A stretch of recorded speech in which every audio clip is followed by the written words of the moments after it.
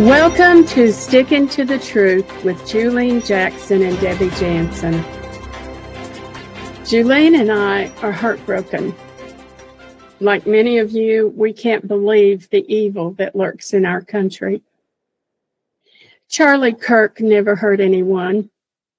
He just wanted to talk and debate the issues with the brightest young people in the country.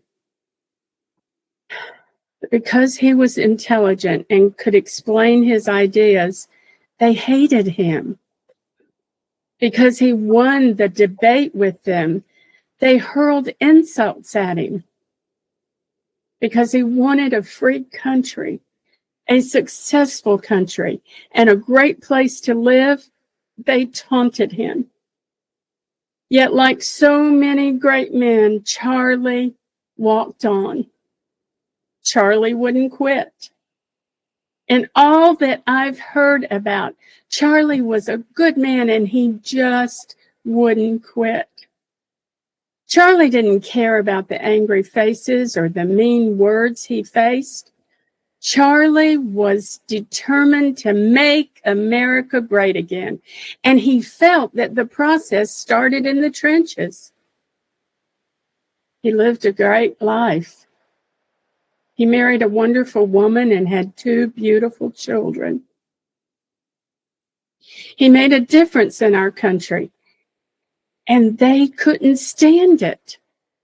Their jealousy and anger rose to an overwhelming obsession. You know, something was wrong with Charlie, and he had to be destroyed. At first, it was words. But those mean-spirited words and hatred finally found an evil heart. And a few days ago, evil raised its ugly head and took Charlie's life. Some people cheered. Some are still glad that he is gone. And we might think that evil won. Everyone will hide now and nothing will change, they chant. We've won. Satan, evil, violence, and people dedicated to the black hole of sin, sorrow, and pain, they had won. Oh, but wait. Listen. Listen with your heart. Do you hear whispers? Can you see people gathering? They are brushing their tears away. Their fists are clenching. Their jaws are tightening. Can you catch a glimpse of the crowds gathering?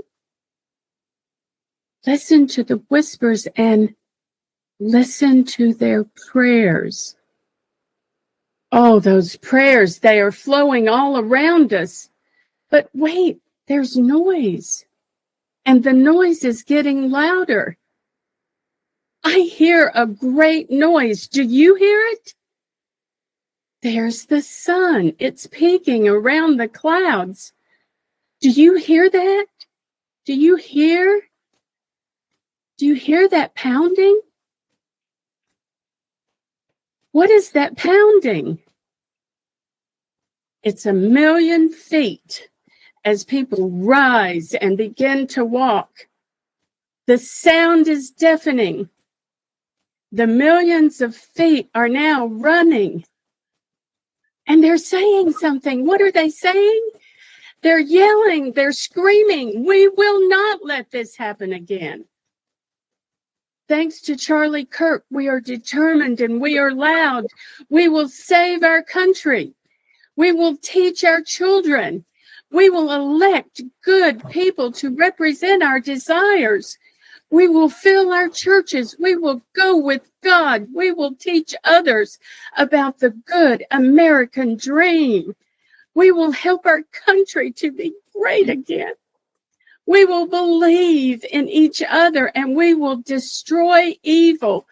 The roar of good people is rising up. They are chasing after truth. They are occupying every corner of this country. Do you see? Charlie Kirk is still with us. His legacy is pushing us to be the best we can. From Juleen and I, God bless you, Charlie Kirk, and God bless America. That was so beautiful, Debbie. First of all, it's great to be here with you. But I, along with you, the last few days, it has just felt like there has been a heavy cloud over this country. Yes. And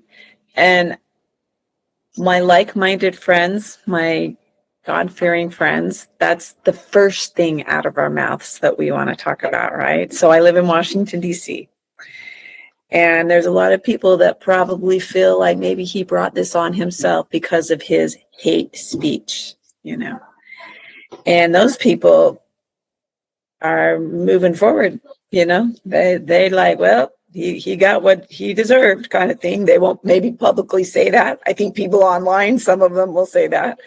But, it's so interesting to me. And then those that, saw the beauty of what he taught, to get married, to have children, to put aside your silly partying ways and to leave a legacy and to serve and to live courageously. I mean, those are all biblical thoughts and ideas, and they resonate with people of prayer and people of worship. And so, I mean, he really was a larger than life figure, don't you think, Deb? Oh, that's all I've heard about him. I've been watching the news. I knew of him. I always thought he was a good man. Yeah. But I'd never really researched everything, and I didn't listen to a lot of his podcasts and stuff. And so I've been doing that lately since this happened. And I've been listening to the news, and everyone that talks about him talks about how great and how wonderful he was and how much he loved this country and how much he loved God. Yeah. Living in DC, I had a chance to go to a few things that he was at and that he spoke at. And he actually is a large guy. He's 6'5". He kind of reminds me of like George Washington. I think George Washington was 6'4", I want to say 6'2", 6'3". And it's almost like, George Washington grew to be such a beloved hero and leader through the Revolutionary War. I mean, he literally was just drafted, into becoming the president. He didn't ever seek that kind of acclaim or power. And imagine if his life, would have been taken before he became the president. And that's kind of how I feel with Charlie Kirk. I mean, he kind of has that stature, the George Washington, and what he would have gone on to become leaves us just devastating. It's like, because I really think he probably very well could have been president of the United States in a decade or so, don't you? Oh, yeah. I didn't know that ahead of time, but in everything that I've heard on TV, a lot of people are saying that. And it is amazing to think about what he could have done, because they say he was such a promoter of people that people just gravitated toward him. And he had this electricity about him. And I think that would have been quite possible. Yeah. Well, he's, he had one of those rare intellects, and the way his mind worked so quickly and logically, but yet he still always maintains civility and humor and grace. I mean, do you know anyone else that went right to the heart of where kids are being radicalized and tried to talk them through it and to listen to them? And I've never seen him stumped. My little 17-year-old, all my kids like him. I mean, we were texting lifetime with each other when we heard he had been shot. And I was with my 25-year-old. She was just proposed, a little gentleman proposed to her. So we were talking wedding plans, and we were in my bedroom, sitting on the bed and on the family text someone, reported he'd been shot, and then all my kids got on. And so me and my little girl, we grabbed each other's hands because we saw that video, like we all did, of, the bullet hitting his neck. And we prayed, and we just prayed with all our heart. And it's so interesting to me how he impacted every single one of my children. My little 17-year-old said, "Mom, I would listen to him all the time. He was so good with, interviews with kids that were just spouting crazy things. And he just was just logically walk them through it. And, whether they acknowledged it or not, made them look foolish. And some of the things these kids have been brainwashed with. And he always kept his cool. He never cursed or yelled or called them names or anything. And so it's just interesting to see his reach, particularly with young people.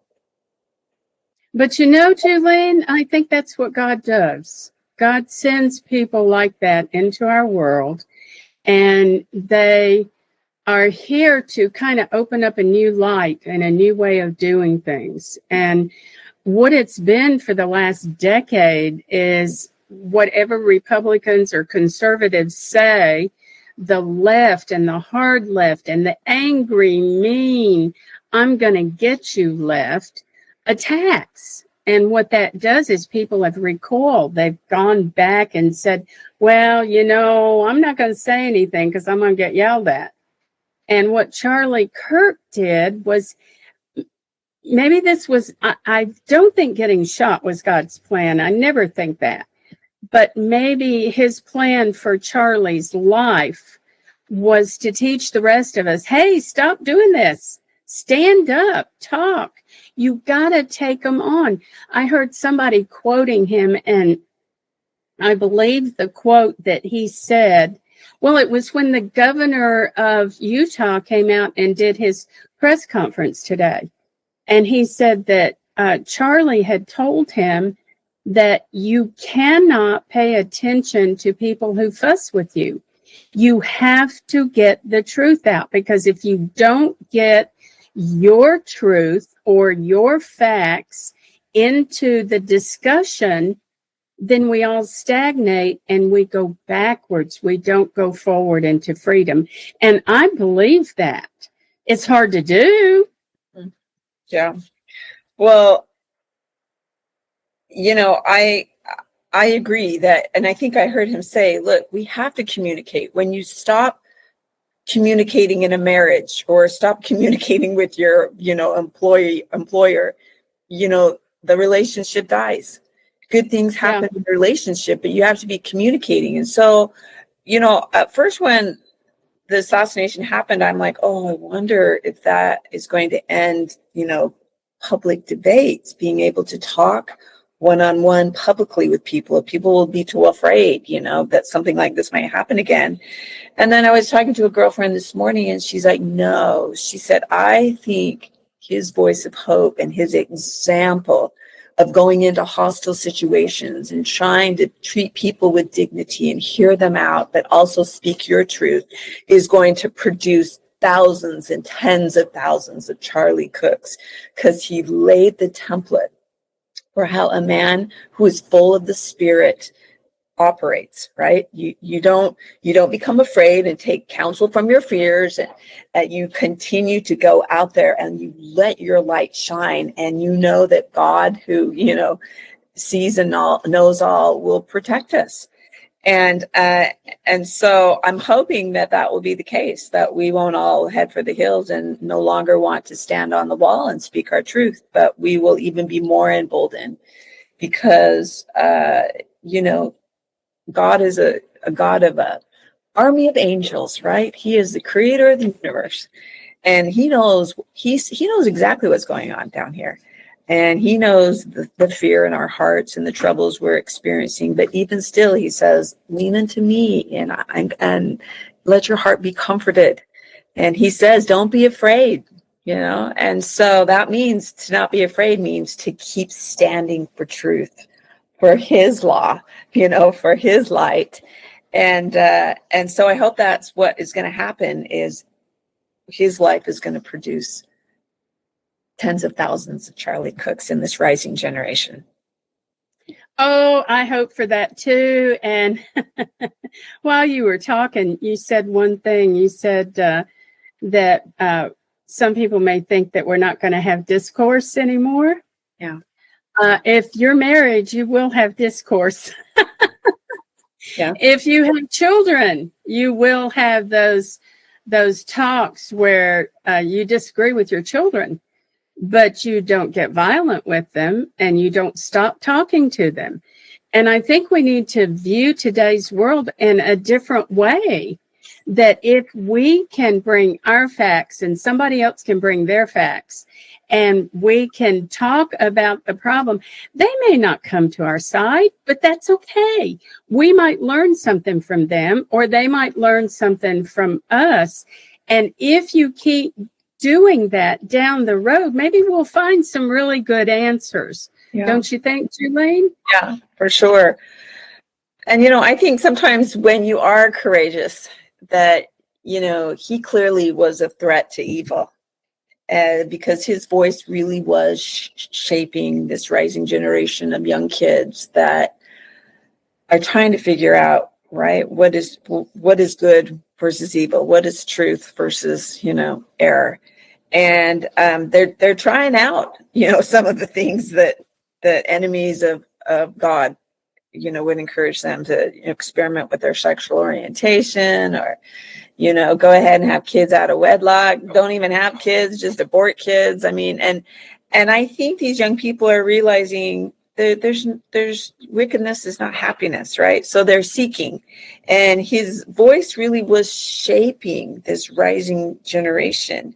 And so I hope that, we will continue to have the kind of courage. What did he say he wanted to be known by? If everything went away, he said, I want to be known for the courage of my faith, to Yes. live what I say and what I believe, and not to be silenced or neutralized or whatever, and so I just think that, it will be interesting to see in the coming, months and years, what kind of impact and legacy he leaves, if particularly amongst this young generation of kids that we know there's a spiritual battle going on for their souls right now. Right.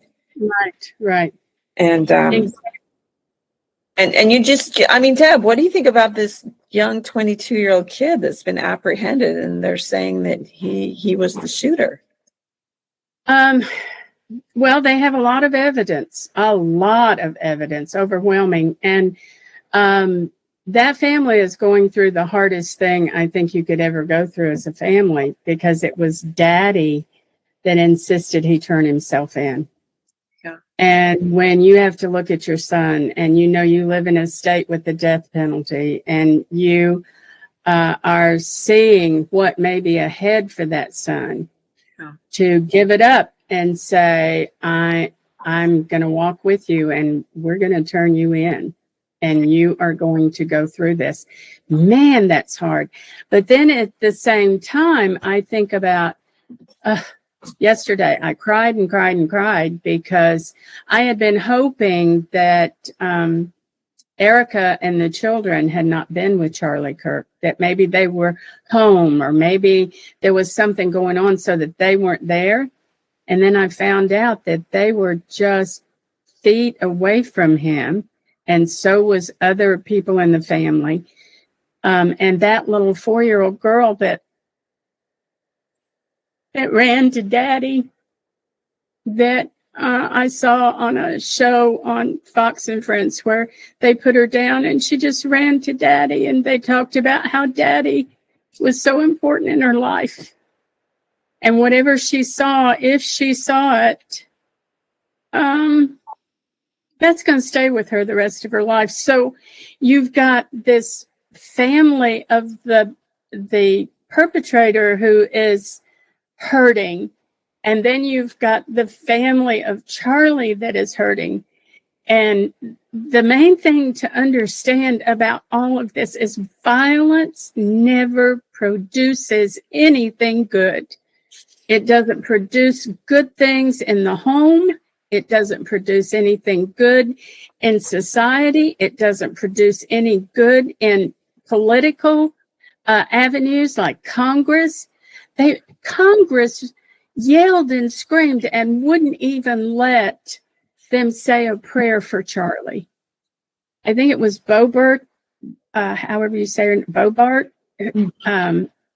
She wanted to say a prayer for Charlie and the family. And there was this huge rousing from the Democrats. No, you can't do that in here. I don't understand. Yeah. I don't understand that. That was a shameful moment in Congress that, they couldn't even agree upon, doing something that is never wrong, to pray publicly, even if some people consider them his enemy, and that's just it. I remember being at an event where he had just recently become engaged to his little wife, Erika. I think it was about 4 or 5 years ago. And he called her on stage, and she was just beautiful. And she just spoke equally as eloquent as he did. And I thought, boy, God, they are equally yoked, and God's going to do great things with these two together. And you could see that she honored the role of a wife and a mother, and he honored his queen, and he was protective of her, but never wanted to keep her down, or he didn't mind at all them being able to do things together. And his little children were often seen with him. And just about, I think it was 2 years ago, Moms for America, we were in Mar-a-Lago in West Palm Beach, Florida, for our annual fundraiser. And the night before, Turning Point had a fundraiser dinner. So me and my husband went to it. And Charlie Kirk, he raised like over $30 million in 45 minutes. And he didn't even speak much, because at this point, his actions and the results of what he was teaching was being manifested. I think he has over 1,000 Turning Point groups around the campuses of America, and it's changing young people's lives. So, the people were standing up, and I remember one lady said, "I'm going to contribute $1 million for each one of my 7 grandchildren." So $7 million. And, these were people that were just fabulously successful, in the business world. But I think we all understood that night, whether you're a billionaire or, just barely had enough money to get in to pay the price of the dinner, that it was the young people. If we lose the young people, we will lose this country, right?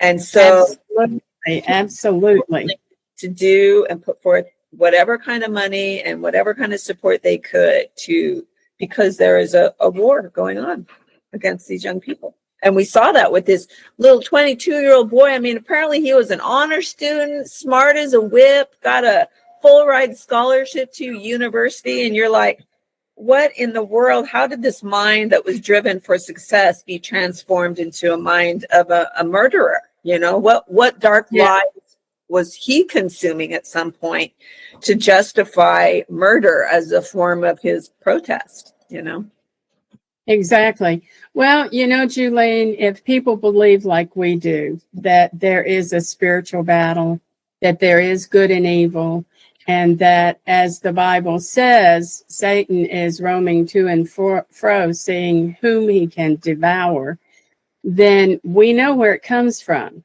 But the question remains, how do we stop it? How do we control it? How do we fight it? How do we get in there and make sure this doesn't happen? And there are a lot of reasons for that. I did some research and have been working on a book that I have over 200 reasons for violence and why it comes up in a person, why a person feels like that is the only choice, is to hurt someone else. I grew up, and I know you grew up too, that we didn't have that in our home. We didn't fuss and fight. And with my own kids, we didn't do that. Now, we played judge and jury a lot. I'd take the kids and sit them down. Okay, I'm the judge. You be the jury, and you two that have a problem, you come up and present your case. So we made them think about all the problems and how to solve it. Not too many people do it that way. Not too many people sit and talk with their kids. Lately, I have been disturbed by a lot of older parents who have adult children who say, yeah, they're doing this wrong and that wrong, but I can't say anything. Why can't you? You're the parent. Well, yeah, but they're grown. Nobody took your parenting skills away from you. Nobody said you can't be a parent. But I think our culture has tried to make people believe that once they hit 18, there's no more you could say. And I think you should be saying a lot more in their whole life, from 0 to 18. But for sure, after 18, you become a mentor. You become a guide, someone that they can trust. And I think if we couple that with what Charlie Kirk has shown us, that we can change things. Don't you think so? Oh, for sure. I mean, I heard the other day someone said, for indeed a house is a little church. And, if we consider our home a sacred place where we want our children to come and to be taught and to be inspired and to catch a vision of who God wants them to be, they're not going to be duped or infiltrated by the darkness that is out there in the universities or on social media, because so many of these beautiful minds are being destroyed through these institutions, being controlled, being brainwashed. I mean, certainly the media is, I think, responsible as well for some of their rhetoric that's just streaming poison into the heads of these young people. I think Trump 2 nights ago went out to dinner in a restaurant in Washington, D.C. Like, he hasn't ever done that because people are so hostile towards him, but he's cleaning up the city. So he wanted to show that he was out and about. But inside the restaurant, 3 young girls, they looked like they were freshmen in college, started standing up and calling him a Hitler in some little chant. And, somewhere along the line, someone taught them that, if there's someone who disagrees with your ideas, you can liken them to a Nazi or to a fascist or to Hitler. And, these institutions keep pounding that into these young people's heads. And therefore they think again that, I don't value life in the womb. So if there's someone that does something that I think is dangerous, maybe I am justified, or someone is justified in taking their life, And so these kids seem to be so emboldened, not really even understanding what they're doing. And they are being controlled. And what can offset that is what goes on in the home. Right. So school just started for my little 17-year-old. So every morning before she leaves, we have a little devotional, about a 20-minute devotional. She is almost 18 now. And she prays every morning, thank you for this devotional, because I can tell it feels good to her. It is anchoring her. I mean, she has friends who think Charlie Kirk was a terrible guy, that he said mean, hateful, nasty things. And so she's now having to conjure up the courage to say, well, what is so evil about, and that's hard for 16, 17, kids in high school to push against the grain, because she knows that he wasn't an evil, dastardly, demonic person, like, a lot of people will depict him as. And so you give the child that kind of strength and that kind of anchoring. You allow your home to be their North Star. So when they have to leave now and do a deep gulp and say, well, actually, no, I don't think he was a bad guy, and then they are going to have to engage in the battle. And those kind of skills and those kind of attributes and determination is those seeds are planted at home, where, indeed make your house a little church, Juleen, I love it. Beautifully, beautifully said. You know, we could go on talking for an hour, 2, 3, 4, which we have done before when we get together. But just discussing this with you has made me feel better. And so I want to let our subscribers know, stay tuned, because we are going to handle some of these reasons as to why America is so violent right now, and what you can do and what we can do to change the situation.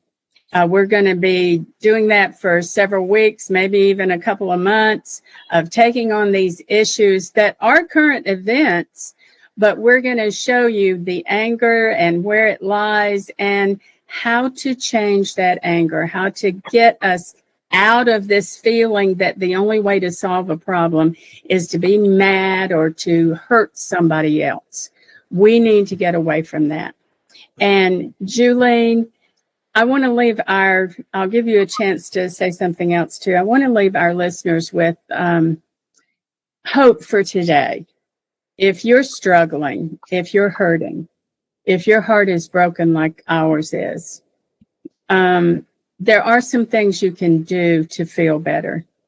Take a walk. Get your phone out, but not to look at the news, not to look on social media.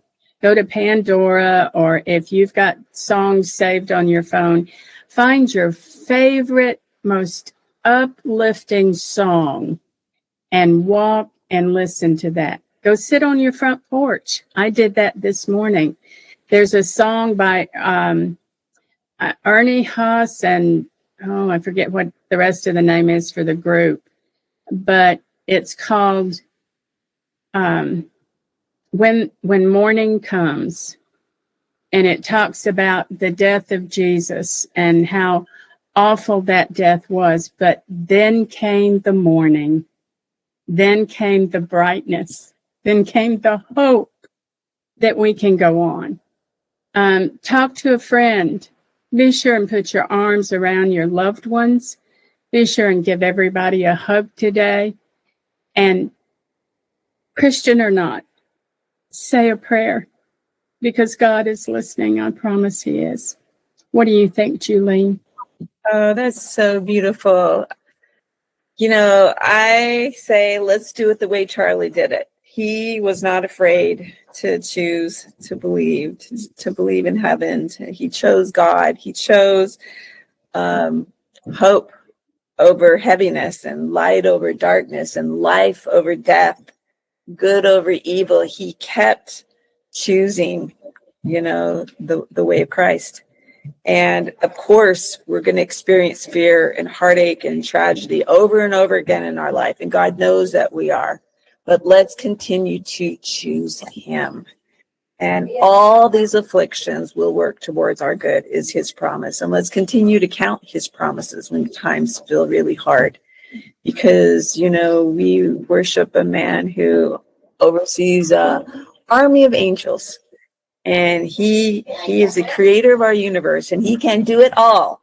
So, He is going to prevail, and we are going to prevail as long as we keep choosing Him, just as Charlie Kirk did. I love it, Juleen. I love it. Thank you so much.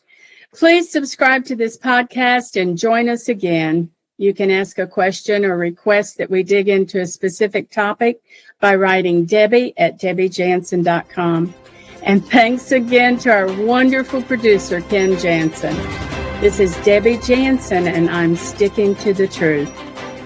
And I'm Juleen Jackson, and we hope that you will keep sticking to the truth. We will see you next week. Take care. Bye-bye.